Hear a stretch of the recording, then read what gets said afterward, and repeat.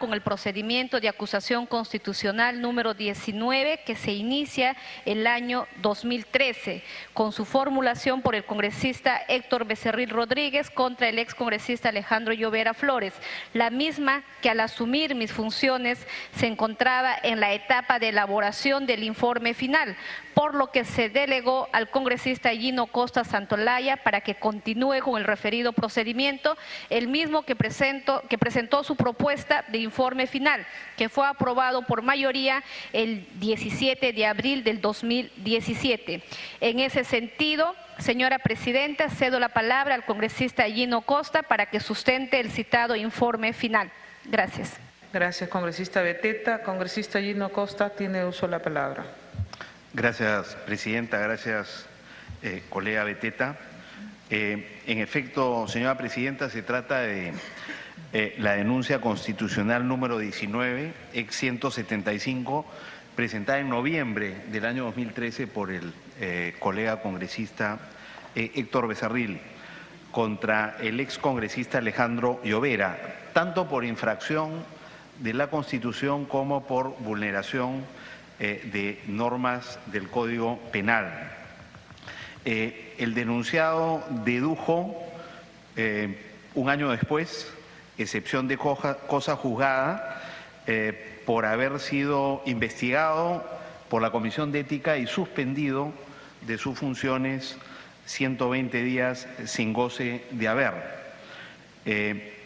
Con posterioridad, en mayo del 2015, la denuncia constitucional fue declarada procedente por la Subcomisión de Acusaciones Constitucionales, considerando que la vulneración del Código de Ética implicaba, digamos, una vulneración de naturaleza distinta que aquella de la que se le acusa en esta denuncia constitucional, donde se sostiene, como he señalado, que el congresista Llovera habría vulnerado la Constitución y el Código Penal. Se trata, por tanto, de hechos diferentes y por eso se consideró que no procedía a declarar procedente la excepción de cosa juzgada. El denunciado formuló el 28 de octubre del 2015 sus descargos y la subcomisión de entonces del Congreso anterior, con fecha posterior a octubre del 2015, encargó al congresista Santiago Gastañadiu la elaboración de un informe de determinación de hechos y pertinencia de pruebas. La misma subcomisión citó a las partes a audiencia el 1 de diciembre del 2015 y el 14 de diciembre del 2015. Según el acta de sesión del 3 de mayo del 2016, el denunciado no se presentó a ninguna de las dos sesiones a las que había sido citado para hacer sus descargos. En junio del 2016, el congresista Gastañadiu presentó una propuesta de informe final donde no se encontró responsabilidad en el excongresista Alejandro Llovera, pero por falta de quórum el asunto se dejó en manos del nuevo Congreso.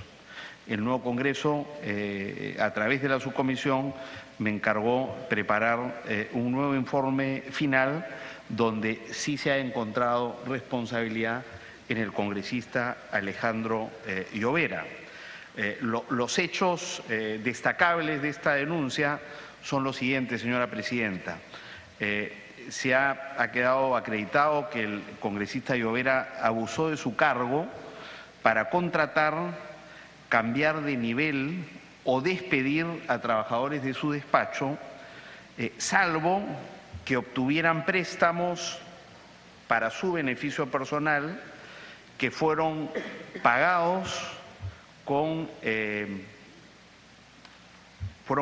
por los propios trabajadores a quienes se les descontaba de planilla el pago de dicho préstamo que fue en beneficio del excongresista Llovera. Hay, digamos, varios funcionarios del despacho del excongresista Llovera fueron afectados por este comportamiento irregular, pero hay 4 casos que han quedado claramente acreditados. El caso del señor Guillermo Carrasco, a quien el excongresista le pidió 2.000 soles mensuales y evaluarlo 4 meses después para ver si lo mantenía o no lo mantenía como asesor principal. Carrasco no aceptó este chantaje y fue despedido por el excongresista Llovera. En segundo lugar, el caso de don Luis Vázquez, a quien el congresista Llovera condicionó para contratarlo a cambio de que obtuviera un préstamo de 20.000 soles. Todos estos préstamos eran solicitados por sugerencia del propio congresista ante la misma cooperativa de ahorro y crédito, la cooperativa San Isidro. En el caso de Vázquez, como digo, condicionó su contratación a que obtuviera para el congresista un crédito de 20.000 soles que Vázquez obtuvo y que debió pagar con recortes sucesivos a su propio sueldo. Tercer caso es el de Óscar Albornoz, a quien condicionó también contratarlo a cambio de que obtuviera un préstamo por 6.000 soles, que Vázquez obtuvo y debió pagar con recorte de su sueldo, al igual que había ocurrido con Luis Vázquez.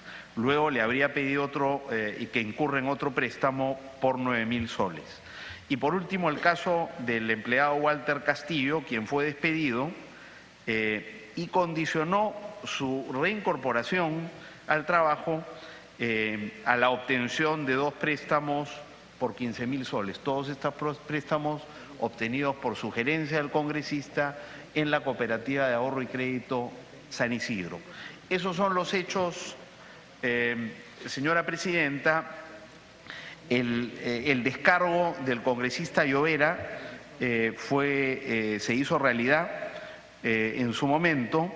Él arguyó persecución política, dado que era congresista de la bancada fujimorista y había renunciado a ella el 12 de junio del 2012, terminando en el Grupo Parlamentario Acción Popular y Frente Amplio hasta el 16 de junio del 2015, en que fue desaforado para cumplir una condena de 2 años de prisión suspendida y de inhabilitación por 2 años por haber consignado información falsa en su hoja de vida, la hoja de vida que presentó ante el Jurado Nacional de Elecciones. O sea, él no solo fue sancionado con la suspensión de sus funciones en el Congreso por 120 días por la Comisión de Ética, sino que además fue condenado por 2 años de prisión suspendida e inhabilitación por 2 años por vulneración de la ley electoral por el Jurado Nacional de Elecciones.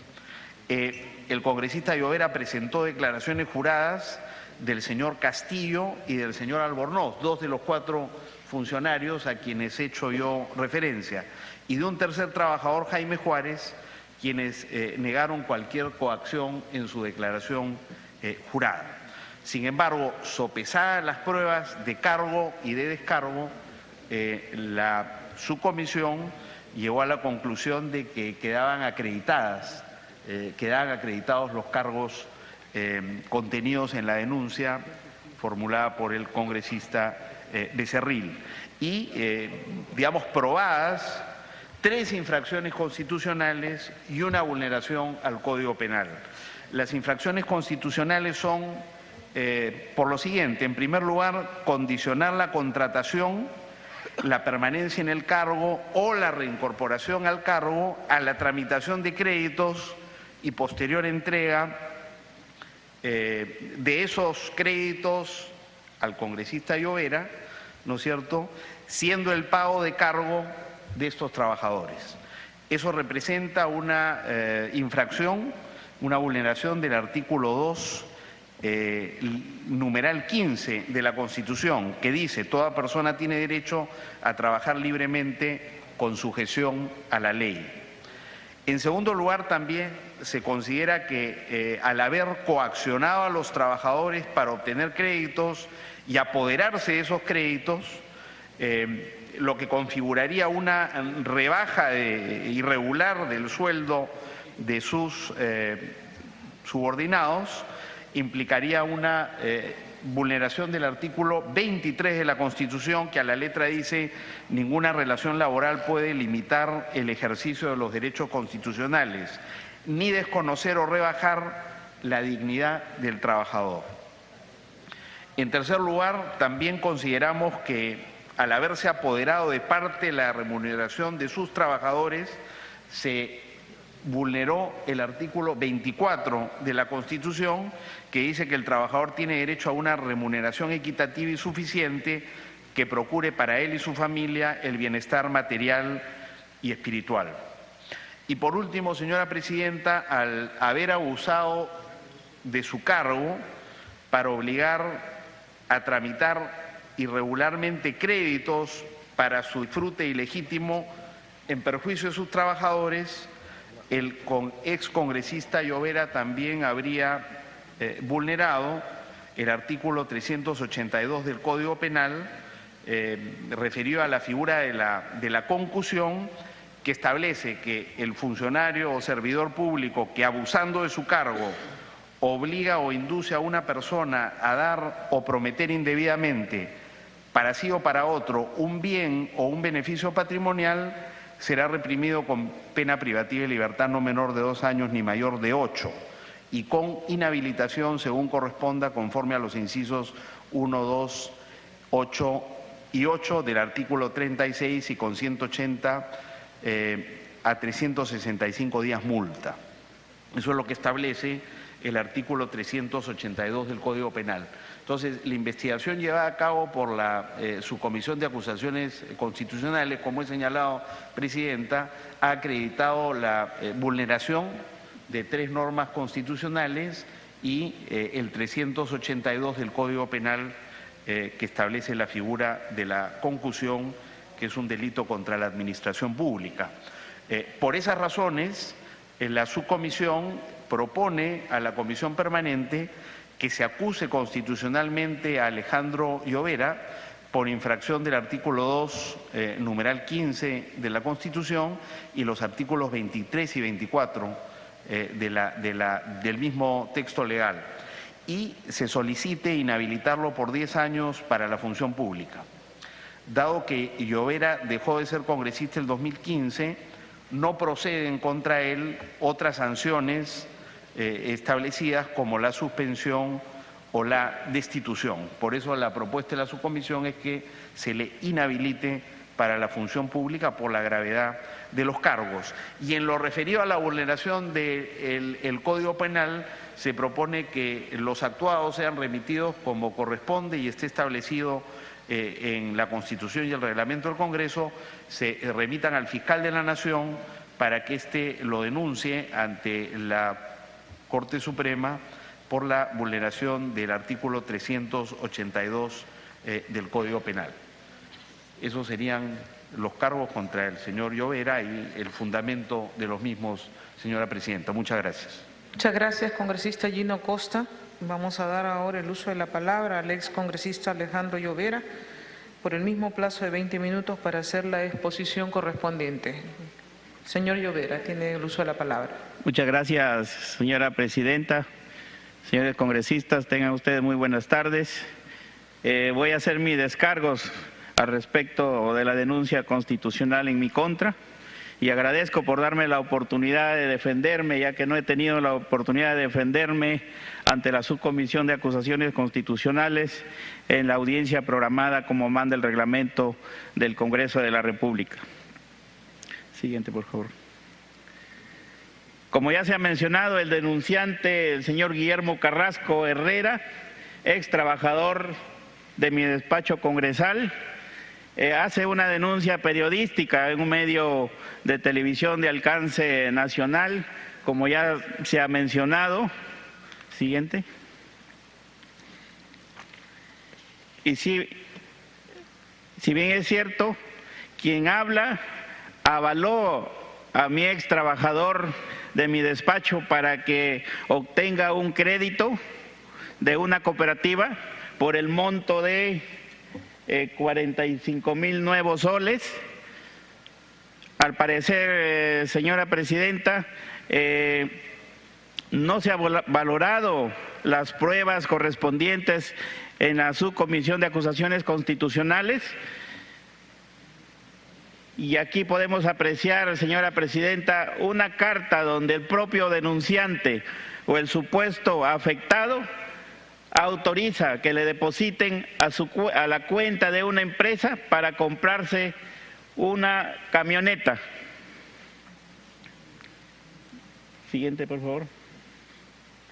Por eso es que cuando hubo la audiencia en la Comisión de Ética, señora presidenta, el señor congresista de esa época, el señor Guevara Macifuen, en la 7ª pregunta que le hace al denunciante, le preguntó si del préstamo que pidió, cuánto le dio al congresista Alejandro Llovera, lo que el señor Carrasco Herrera responde: no le di absolutamente nada, porque ese préstamo fue transferido directamente a la compra de una camioneta para el uso de la gestión en Huánuco. Esa es declaración y la respuesta que dio en la Comisión de Ética el denunciante Guillermo Carrasco Herrera. La siguiente. Por eso, señora presidenta y congresistas, miembro de la Comisión Permanente, este señor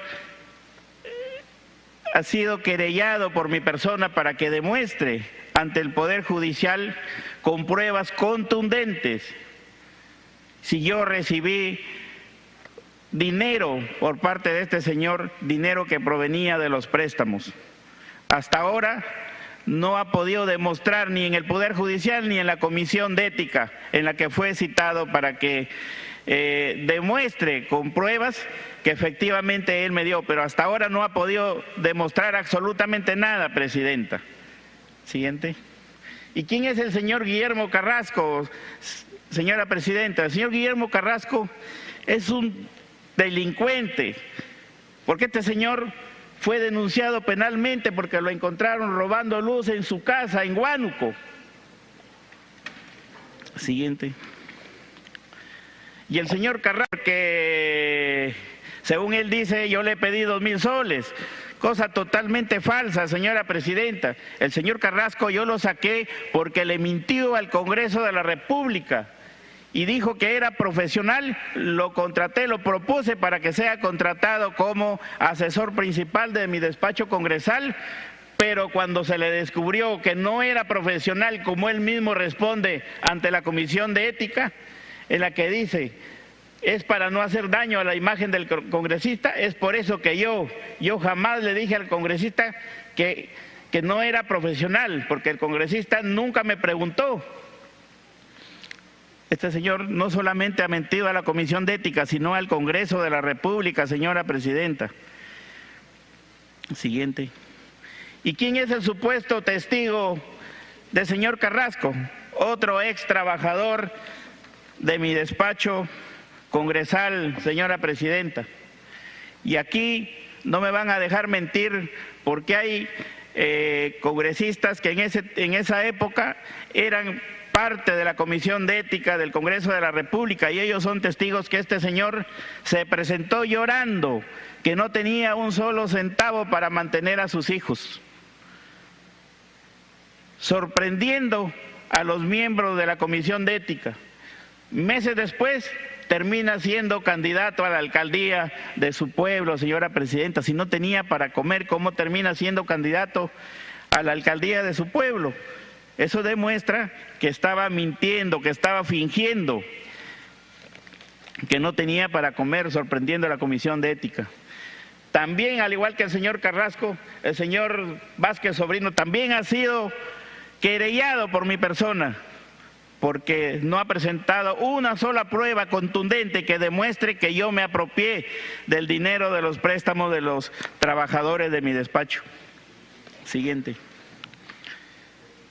¿Y quiénes son los supuestos afectados señalados por el denunciante, señor Guillermo Carrasco, presidenta? Está el señor Óscar Albornoz Solís, ex trabajador de mi despacho congresal, supuestamente afectado. Siguiente. Y aquí está la declaración jurada que presentó el señor Óscar Albornoz Solís ante la Comisión de Ética, desmintiendo tajantemente las versiones señaladas por el denunciante, señor Carrasco Herrera, donde dicen claramente que el dinero del préstamo fue para provecho personal de ellos mismos. Inclusive, la siguiente, alcanzó copias originales de las facturas, de las boletas en que había invertido su préstamo, señora presidenta, de la cooperativa. Había comprado material para construir su casa y ahí está el monto del préstamo solicitado que invirtió y ahí están las facturas que alcanzó el mismo trabajador de mi despacho, señora presidenta. La siguiente. Este trabajador de mi despacho, que tiene muchos años trabajando conmigo y que lo conozco de muchísimos años, si bien es cierto, él me prestó en alguna oportunidad 4,000 soles, señora presidenta, cuando fui suspendido, porque tuve otra suspensión también. Dinero que yo le devolví 7 meses antes de que aparezca la denuncia periodística malintencionada, señora presidenta. Y aquí están los vouchers con los que yo le devolví el préstamo. Un préstamo, señora presidenta, que no está prohibido prestarse de sus trabajadores. Si bien es cierto, como yo lo reconocí, quizás puede ser una falta ética. Puede ser una falta ética, pero toda falta ética, como dijo el congresista Alay, presidente de la Comisión de Ética del Congreso, no toda falta ética es un delito, señora presidenta. Y prestarse dinero no es un delito, señora presidenta, en ninguna parte, ni una ley, hay ni siquiera una sola ley en el Perú que prohíba que un trabajador mío me preste dinero en caso de emergencia. Ni siquiera el reglamento del Congreso de la República, señora presidenta. La siguiente. La supuesta prueba, hay un audio del reportaje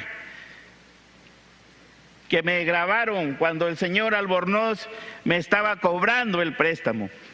Pero este audio, señora presidenta, el audio habla de donaciones. El audio no habla de donaciones, perdón, no habla de aportes, no habla de cupos, ni mucho menos de bonos. El audio habla de un préstamo y prestarse dinero de un trabajador de tu despacho no está prohibido por ninguna ley, ni mucho menos por el reglamento del Congreso de la República, señora presidenta. Como ya lo dije, puede ser una falta ética, pero no toda falta ética es un delito. También está como supuesto afectado, mencionado por el señor Carrasco, señora presidenta, el ex trabajador del despacho congresal, al que hace mención el señor Carrasco, el señor Walter Castillo Ríos. La siguiente. El señor Walter Castillo Ríos también presenta una declaración jurada que tampoco ha sido valorada por la subcomisión de ética, en la que desmiente tajantemente al señor Carrasco y le dice que él tampoco me dio un solo centavo a mi persona. Y dice que en la carta notarial que él obtuvo ese préstamo y que también fue para provecho personal. La siguiente. Presidenta, estos mismos hechos, como ya lo mencionó el congresista que me antecedió, ya fueron investigados por la Comisión de Ética, pero por falta de pruebas para tipificar como un delito, en su informe final número 2, no recomienda la acusación fiscal, ni mucho menos la acusación constitucional, solo se considera como una falta ética y no un delito. De igual forma, señora presidenta, el Pleno del Congreso aprueba el informe final y solo recomienda la suspensión de 120 días, porque no encuentra responsabilidad. Y aquí está el oficio en la que me hacen conocer la suspensión de 120 días y no recomienda la acusación constitucional, ni mucho menos fiscal, señora presidenta. Y sí, es cierto, yo lo he considerado como una persecución política. La siguiente. ¿Y por qué digo que es una persecución política? Porque quienes me vienen denunciando hasta el momento, la primera denuncia que me hicieron por la hoja de vida, la señora Patricia Carrasco, en la que la vemos ahí al costado de la congresista Karina Beteta, ex trabajadora de su despacho congresal, y aquí creo que está la congresista que no me dejará mentir, La siguiente. La segunda denuncia que me hicieron por alimentos, señora presidenta. ¿Quién me denuncia? El señor Pepe Gil Pajuelo. Y solo en la Comisión de Ética suceden estas cosas. Esta denuncia fue admitida, señora presidenta, como que si yo tuviera hijos con el señor Pepe Gil Pajuelo, cuando las leyes dicen claramente que quien denuncia tiene que ser la parte afectada, la parte agraviada, señora presidenta. ¿Quién es el señor Pepe Gil Pajuelo? Afiliación fujimorista. Siguiente.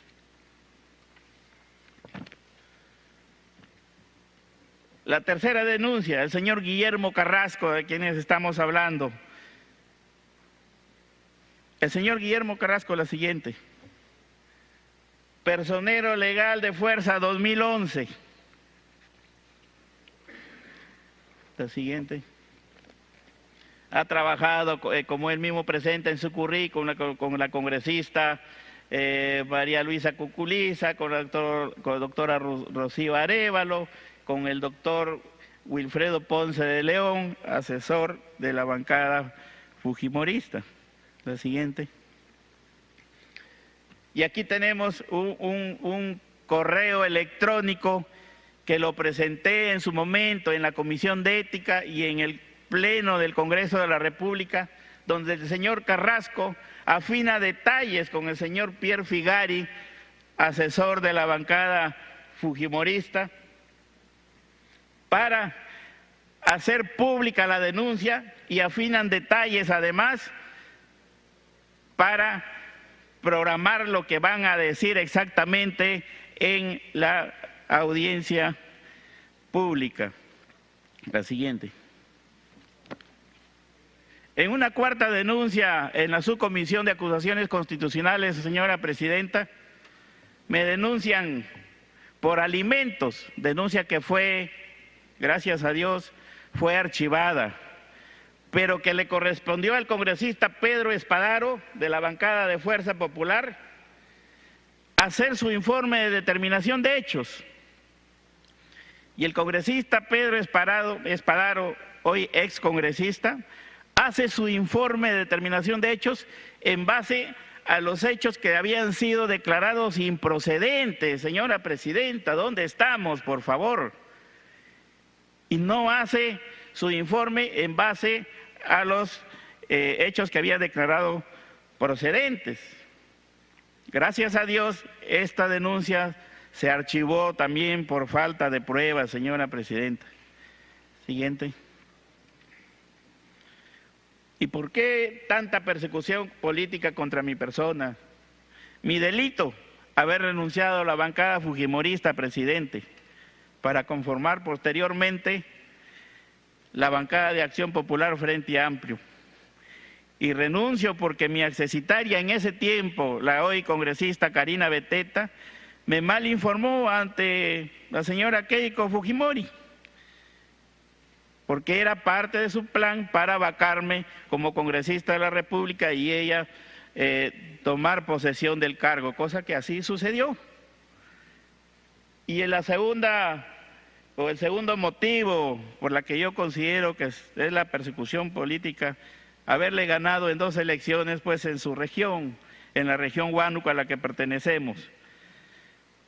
Esto parece que no le gustó, señora presidenta, pero le digo a la señora congresista Karina que ya no tenga mucho cuidado porque ya no voy a poder postular. Yo lamento que entre fujimoristas estemos persiguiéndonos, pero esa es la verdad, y la verdad tiene que saberla el pueblo peruano y tienen que saberla los congresistas. La siguiente. Se me acusa por el supuesto delito de concusión, señora presidenta, y todos sabemos, y los que son abogados, señora presidenta, saben perfectamente bien que para que tipifique como delito de concusión se requiere que el sujeto pasivo siempre sea el Estado, es decir, la administración pública.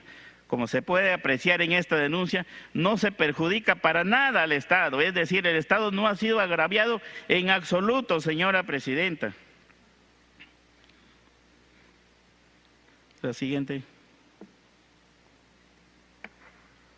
Señora Presidenta, yo respeto mucho al Congreso de la República porque yo he sido parte de él, pero considero que se está utilizando al Congreso y las comisiones para una persecución política, señora Presidenta.